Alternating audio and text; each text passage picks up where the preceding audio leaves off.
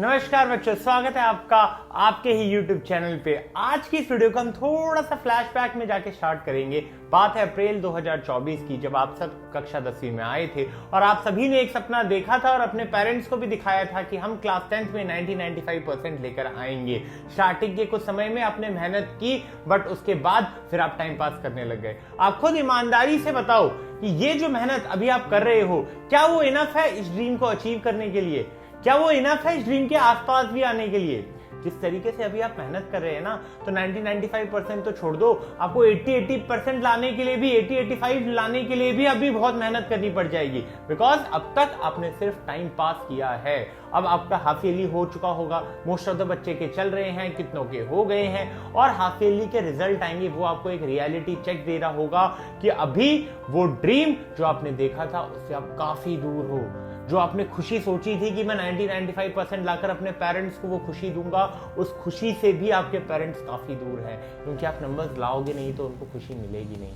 तो अब यहां से मोस्ट ऑफ द बच्चों का ये होगा कि नहीं, हमें यहां से भी करना है, हम यहां से करेंगे, हम मेहनत करेंगे, लेकिन क्या मेहनत करने के बाद भी हम उस ड्रीम के पास पहुंच सकते हैं? तो इसका सीधा सा जवाब है कि हाँ, अगर आप आज से भी मेहनत करनी स्टार्ट करते हो, जी तोड़ मेहनत करते हो और फरवरी तक मेहनत करने के लिए तैयार हो, तो इस बात की गारंटी मैं देता हूं कि यहां से भी 90-95% लाना, ये स्कोर अचीव करना पॉसिबल है। बट इसके लिए एक चीज जो रिक्वायर्ड है वो है आपकी विल। आपके अंदर ये विल होनी चाहिए कि मैं यहां से भी मेहनत करूंगा तो मैं स्कोर कर सकता हूं। अगर आपके अंदर विल है, अगर आप पूरी इच्छा के साथ, पूरी लगन के साथ तपस्या करने को तैयार हो, तो यहां से भी ये चीज अचीव हो सकती है। बट इंपॉर्टेंट है कि आपकी इच्छा होनी चाहिए। कुछ भी हो जाए, आपको आपके टारगेट सेट करने हैं। अगर मुझे आज 2 चैप्टर पढ़ने हैं तो मैं पढ़कर ही उठूंगा। आज अगर मुझे क्वेश्चंस लगाने हैं तो मैं क्वेश्चंस लगाकर ही उठूंगा। आज अगर मुझे नोट्स बनाने हैं तो मैं नोट्स बनाकर ही उठूंगा। अगर इस विल के साथ आप अगले 90 दिन मेहनत करेंगे तो आप शॉर्ट उस लक्ष्य के पास या उससे भी ज्यादा नंबर लेकर आ जाएंगे। अब 90 दिन में कैसे कह रहा हूं यार, अभी सितंबर हो चुका है, मैं अक्टूबर से बता रहा हूं कि 1 अक्टूबर से आप स्टार्ट करो और 90 दिन यानी कि अप्रॉक्सीमेटली दिसंबर एंड या जनवरी के स्टार्टिंग तक आप अपने सारे सिलेबस को कंप्लीट कर लो। अब आप सोचोगे भैया क्या ये पॉसिबल है, क्या सिलेबस कंप्लीट हो जाएगा? तो उसका जवाब है हाँ। यार जब हम प्रिपरेशन करते हैं ना, प्रिपरेशन स्टार्ट करेंगे, इस पॉइंट से जब बच्चे प्रिपरेशन स्टार्ट करेंगे तो उनके मन में काफी सारे क्वेश्चंस आ रहे होंगे, काफी सारी प्रॉब्लम्स आ रही होंगी। वो प्रॉब्लम्स क्या होंगी? पहला, क्या सिलेबस कंप्लीट हो जाएगा? दूसरा, बैकलॉग कैसे क्लियर करें? तीसरा, रिविजन्स कैसे करें? चौथा, नोट्स कैसे बनाएं? तो आज की इस वीडियो में मेनली हम सारे ही पॉइंट को कवर करेंगे, बट जो मेन मुद्दे पे बात होगी वो पहले और दूसरे पॉइंट पे होगी। तीसरा पॉइंट यानी कि रिवीजन कैसे करें, वो इस वीडियो पे, यहां पे मैं कार्ड पे डाल दूंगा, इस वीडियो पे हमने कवर किया है। इन डिटेल रिवीजन का धागा खोल दिया है। इससे सिंपल रिवीजन करने की टेक्निक आपको कहीं नहीं मिलेगी। हम रिवीजन कैसे करते थे, उसमें क्या खामियां थी, कैसे उसे सही करनी है, ये सारी चीज इन डिटेल इस वीडियो में बात की थी। और पॉइंट नंबर 4 यानी कि नोट कैसे बनाते हैं, इसमें भी जल्द इन डिटेल एक वीडियो आएगी। बट मेनली चारों ही पॉइंट पे हम बात करेंगे, फोकस हमारा पहले 2 पॉइंट पे रहेगा। अब यार एक चीज रहती है ना कि अगर मुझे इन 90 दिनों में सिलेबस कंप्लीट करना है तो मेरे पास एक सॉलिड स्ट्रेटजी होनी चाहिए कि मैं अपने टाइम को किस तरीके से यूटिलाइज करूंगा। तो अब आप मुझे ये कमेंट में लिख दीजिए कि यार मैं इन 90 दिनों में पूरी मेहनत करूंगा, पूरी लगन के साथ करूंगा और मैं इस 90 डे चैलेंज को एक्सेप्ट करता हूं।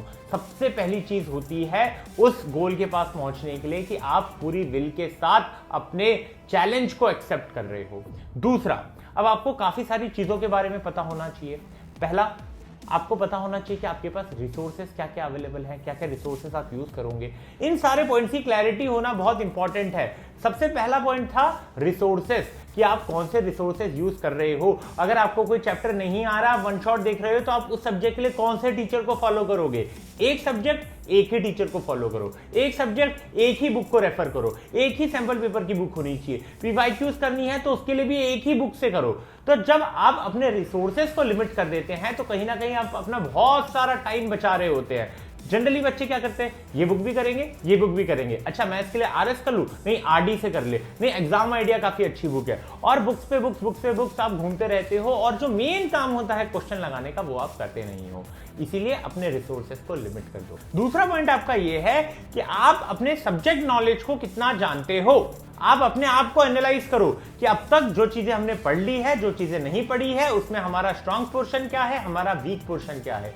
तो ऐसे ही तीनों सब्जेक्ट के लिए करना है आपको, एसएसटी के लिए, साइंस के लिए, मैथ्स के लिए। आप एक कॉलम बना दीजिए, स्ट्रांग वीक, स्ट्रांग पोर्शन को स्ट्रांग पोर्शन वाले कॉलम में लिख दीजिए, वीक पोर्शन को वीक पोर्शन वाले कॉलम में लिख दीजिए। जो चैप्टर अभी कवर नहीं हुए हैं वो भी आप स्टैट से ही करेंगे, और जो वीक है उसे भी स्टैट से करना है, तो उन सभी को वीक पोर्शन में डाल दीजिए। ऐसा आप किन 3 सब्जेक्ट्स के लिए करेंगे, साइंस, मैथ्स एंड एसएसटी के लिए कर देंगे। चलिए, अब आपको ये चीज तो क्लैरिटी के साथ पता चल गई है कि आपका वीक पोर्शन क्या है, आपका स्ट्रांग पोर्शन क्या है। उसके बाद एक क्लैरिटी होती है कि आपको कितना टाइम पढ़ना है। अब बच्चे पूछेंगे भैया कितना टाइम पढ़े, यार यहां से मिनिमम 7 घंटे पढ़ने हैं। जैसे ही मैंने 7 घंटे बोला ना, आधे बच्चों के कमेंट्स आने शुरू हो जाएंगे कि भैया इतना टाइम तो होता ही नहीं है, हमारे पास इतना टाइम अवेलेबल ही नहीं है। तो मैं आपको बताता हूं कि कितना टाइम आपको कैसे निकालोगे। ये जो टाइम मैं बोल रहा हूं ना 7 घंटे, ये आप कैसे निकालोगे, और टाइम आप कैसे बना सकते हो। Yes, you heard it right, और टाइम आप कैसे बना सकते हो। सबसे पहले सभी बच्चों का स्कूल से आप आ जाते हो 3 बजे तक स्कूल से आकर फिर उसके बाद 3 से 4 आप स्लॉट ले सकते हो रेस्ट करने का। उसमें आप खाना खा सकते हो, पावर नैप लेनी है पावर नैप ले लो, थोड़ा रेस्ट करना है, जो भी चीजें आपको XYZ करनी है वो इस 3 से 4 वाले स्लॉट में कर लो।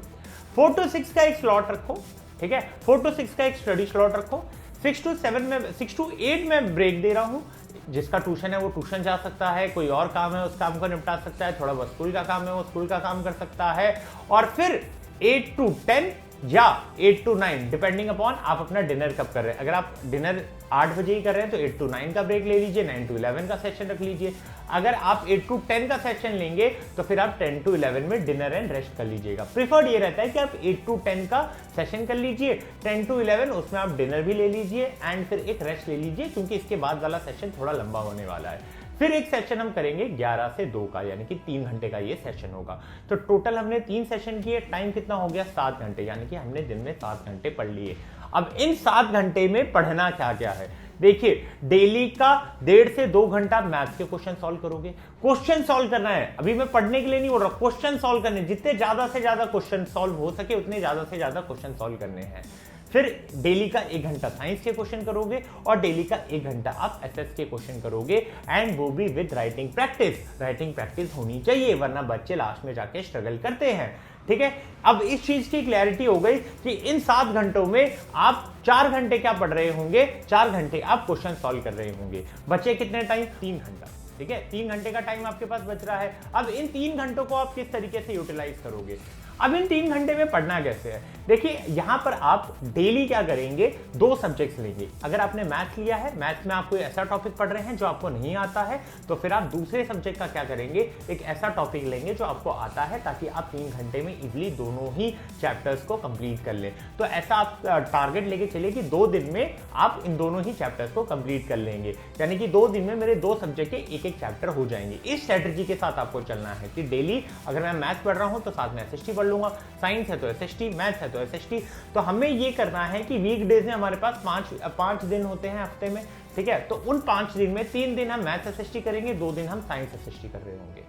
वीकेंड्स में क्या करना है यार, वीकेंड्स में आपको डेली का 2 घंटा इंग्लिश देना है, 2 घंटा हिंदी देना है, यानी कि सैटरडे संडे मिला के 4 घंटे हम इंग्लिश को दे रहे हैं, 4 घंटे हम हिंदी को दे रहे हैं। मैं यहाँ इतना ज्यादा टाइम इसीलिए बोल रहा हूँ क्योंकि जो इंग्लिश और हिंदी है वो इजी मार्क्स होते हैं, वहां पे अपने नंबर्स को लीक मत होने दो। अगर आपको अपने ड्रीम के पास पहुंचना है तो उसको हेल्प करने में सबसे ज्यादा काम में आएंगे इंग्लिश एंड हिंदी। तो अब तक मैं आपको क्या बता चुका हूं, किस तरीके से आप अपने 7 घंटों को यूटिलाइज करेंगे, ठीक है। आपको प्रॉब्लम सॉल्विंग पे ज्यादा ध्यान देना है, मैथ्स एंड साइंस कब करना है, किस हिसाब से करना है, क्योंकि मैंने ऑलरेडी आपको टॉपिक्स को बायफॉर्गेट करा दिया था कि स्ट्रॉन्ग पोर्शन में, वीक पोर्शन में। तो अगर आप मैथ्स का वीक पोर्शन ले रहे हो तो आप एसएसटी में स्ट्रॉन्ग पोर्शन वाला लेना। इस तरीके से क्लब करके एक दिन में आप 2 सब्जेक्ट कर रहे होंगे, ठीक है। एंड एक और चीज कि यार डेली का तो हम 7 घंटे पढ़ रहे हैं, सैटरडे संडे में मैंने 4 घंटे हिंदी इंग्लिश ऐड करा दिया, यानी कि 11 घंटे हो गए, और 1-2 घंटे आप रिवीजन के मान लो, यानी कि वीकडेज में आप वीकेंड्स में आपको 13 से 14 घंटे पढ़ना है। और ये स्टार्टिंग के 50 से 60 दिनों में जब आप ऐसी कड़ी मेहनत करोगे तो आपका सिलेबस भी कंप्लीट हो जाएगा, और फिर आप उसको थोड़ा और रिलैक्स कर सकते हो अपने शेड्यूल को। ठीक है, आपका कितना कवरेज हो चुका है उसको एनालाइज करने के बाद आप उसे रिलैक्स कर सकते हो। यार अब और टाइम आप कैसे बना सकते हो, ये भी तो एक पॉइंट है ना कि और टाइम यहां से किस तरीके से बनाया जाए।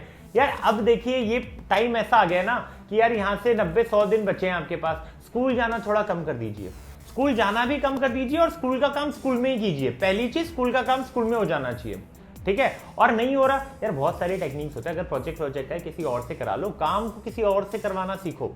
ठीक है, अगर आप खुद नहीं कर पा रहे किसी और से करवा दो। ठीक है, वहां पे ये नहीं है कि आप ही नहीं करना है। या मान लीजिए आपके सर ने बोला है कि एसएसटी के इस चैप्टर के क्वेश्चन आंसर करके लाने हैं, यार वो चैप्टर उस दिन पढ़ लो और उसके क्वेश्चन आंसर कर लो। पढ़ाई की पढ़ाई, रिवीजन का रिवीजन। अब टाइम कैसे बढ़ाया जाए इस बात पर डिस्कस कर लेते हैं। यार पहली चीज है, स्कूल ही मत जाओ। ठीक है, अब ये नहीं है कि मैं हफ्ते के 5 से 6 दिन स्कूल जा रहा हूं, नहीं, 3 दिन जाओ 3 दिन मत जाओ। अब ऐसा नहीं 3 दिन लगातार चले गए फिर 3 दिन छुट्टी मारो, स्कूल वाले अलाउ नहीं करेंगे। आप ऐसे करो, 1 दिन जाओ फिर 1 दिन मत जाओ, 2 दिन जाओ फिर 2 दिन मत जाओ। और जब छुट्टियां आ रही है तो वीकेंड को थोड़ा लंबा करो, है ना। 2-3 दिन की छुट्टी आ रही है तो 1-2 छुट्टियां लेकर उसको और लंबा करो ताकि आपको और टाइम मिले। देन उस टाइम को यूटिलाइज करो, ठीक है, अपने कंसेप्ट को स्ट्रॉन्ग करने में, प्रॉब्लम सॉल्विंग करने में। तो ये स्ट्रेटजीज आप यूज करते हो तो ये आपको बेनिफिशियल रहती है। चलिए ये तो बता दिया कब कब क्या क्या पढ़ना है, बट कैसे पढ़ना है ये चीज मैंने नहीं बताई। अब 2 सेगमेंट्स में मैंने बाइफॉर्केट कराया था टॉपिक्स को। पहला था स्ट्रॉन्ग पोर्शन, दूसरा था वीक पोर्शन। स्ट्रॉन्ग पोर्शन को किस तरीके से पढ़ना है, देखिए स्ट्रॉन्ग पोर्शन में अगर आपको लगता है तो एक क्विक रिवीजन कर लो, या एक क्विक 15 से 20 मिनट की कोई वीडियो देखनी है तो देख लो। बेटर ये रहता है कि अपने नोट्स की क्विक रिवीजन कर लो। उसके बाद आप उसके सिर्फ क्वेश्चंस लगाओ। ठीक है, क्वेश्चंस किस तरीके से लगाओगे, पहले आप एनसीईआरटी के इंटेक्स्ट और बैक एक्सरसाइज लगाओ, फिर एनसीईआरटी के एग्जाम्पलर्स लगाओ, फिर पीवाईक्यूज लगाओ, फिर और अगर करने हैं तो सैंपल क्वेश्चंस लगा लो। ठीक है, ये फॉर्मेट होना चाहिए अगर आप उस टॉपिक को कर रहे हैं जो आपके स्ट्रॉन्ग पोर्शन में आता है। अगर कोई टॉपिक आपके वीक पोर्शन में आता है तो उसको आप किस तरीके से हैंडल करेंगे, सबसे पहले आप एक 1 शॉट देखेंगे, उसके बाद आप एनसीईआरटी रीड करेंगे 2 बार। पहली रीडिंग में आप कुछ अंडरलाइन नहीं करेंगे, दूसरी रीडिंग में आप अंडरलाइन करेंगे, एंड देन उसके बाद ब्लटिंग टेक्निक का यूज करेंगे। ब्लटिंग टेक्निक क्या होती है, यार एक व्हाइट पीस ऑफ पेपर ले लिया, उसमें जो आपने पढ़ा, जो आपको पता है, सब सीक्वेंस में लिख दीजिए, एंड देन उसके बाद ऑफ कोर्स ऐसा होगा कि कुछ चीजें आप स्किप आउट कर चुके होंगे, देन उसे ऐड ऑन कर दीजिए। ठीक है, देन उसके बाद आप प्रॉब्लम सॉल्विंग पर चले जाइए। प्रॉब्लम सॉल्विंग मैंने बता दिया है क्या उसका पैटर्न रहना चाहिए। ठीक है, उस पैटर्न को आप फॉलो कीजिए। तो अगर इस तरीके से आप अक्टूबर से स्टार्ट करते हैं तो दिसंबर तक आपका सिलेबस जो है कंप्लीट हो जाएगा। ठीक है, ये याद रखिएगा कि वीकडेज में आप एटलीस्ट 7 आवर दे रहे हो, और वीकेंड्स में आप कितना टाइम दे रहे हो, एटलीस्ट 13 to 14 आवर्स दे रहे हो।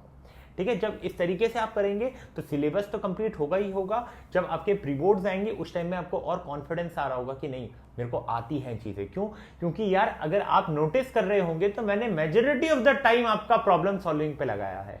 जब आप क्वेश्चंस करते जाते हो ना तो टॉपिक्स को लेके आपके कंसेप्ट क्लियरिटी ऑटोमेटिकली होती जाती है।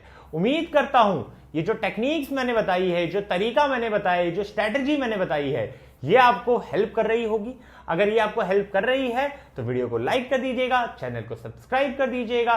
Thank you very much.